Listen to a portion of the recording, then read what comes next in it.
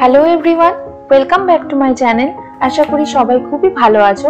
আজকে আবার একটা নতুন রেসিপি নিয়ে এসেছি, তবে খুব সময় সাপেক্ষ কোনো রেসিপি নয়, চট জলদি 15 থেকে 20 মিনিটের মধ্যেই বানানো যাবে এই রেসিপিটি। তো চলো দেখে নিই আজকে তার জন্য কি কি করতে হবে। প্রথমেই আমি একটা আলু এভাবে মাছ থেকে কেটে রাখছি। মাঝারি সাইজের একটা পেঁয়াজও কিন্তু ঠিক একইভাবে লম্বা লম্বি করে কেটে নিতে হবে।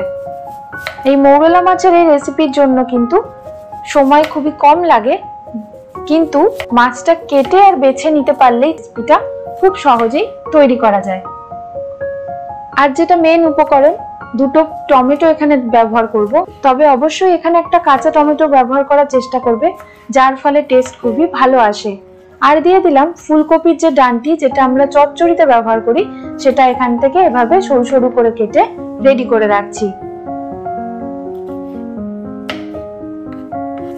সামান্য আদাও এখানে গ্রেট করে রাখলাম। সমস্ত উপকরণ আমার রেডি। পেঁয়াজ, আলু, টমেটো, ধনেপাতা আর কাঁচা লঙ্কা। এক এক করে সমস্ত উপকরণগুলো এই বাটির মধ্যে দিয়ে ভালো করে কিন্তু মিশিয়ে নিতে হবে।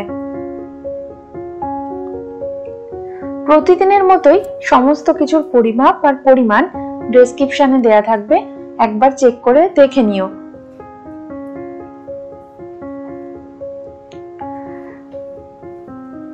দু চামচের মতো জিরে বাটা এখানে দিয়ে দিচ্ছি। জিরে গুঁড়ো না, জিরে কিন্তু শিলে বেটে নেওয়া বা মিক্সিতে একটু পেস্ট করে নেওয়ারই চেষ্টা করবে, তবে এখানে সুন্দর একটা কাঁচা গন্ধ আসবে। পরিমাণ মতো লবণ দিয়ে দেখো এখানে মোরলা মাছগুলো দেখিয়ে দিচ্ছি। অনেকক্ষণ আগে আমি কেটে জল ঝরিয়ে রেখেছিলাম, যেগুলো এখানে এক এক করে মিশিয়ে দিচ্ছি।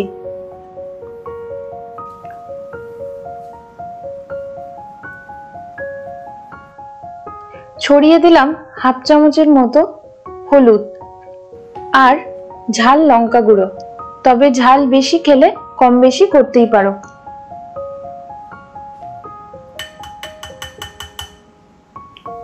খুব সামান্য সর্ষের তেলও এখানে ব্যবহার করছি।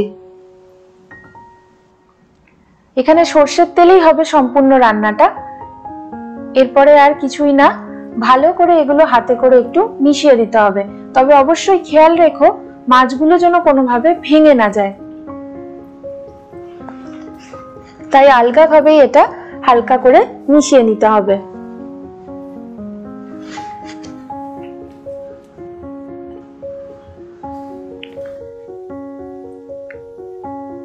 কড়াইতে দিয়ে দিয়েছি খুব সামান্য সর্ষের তেল।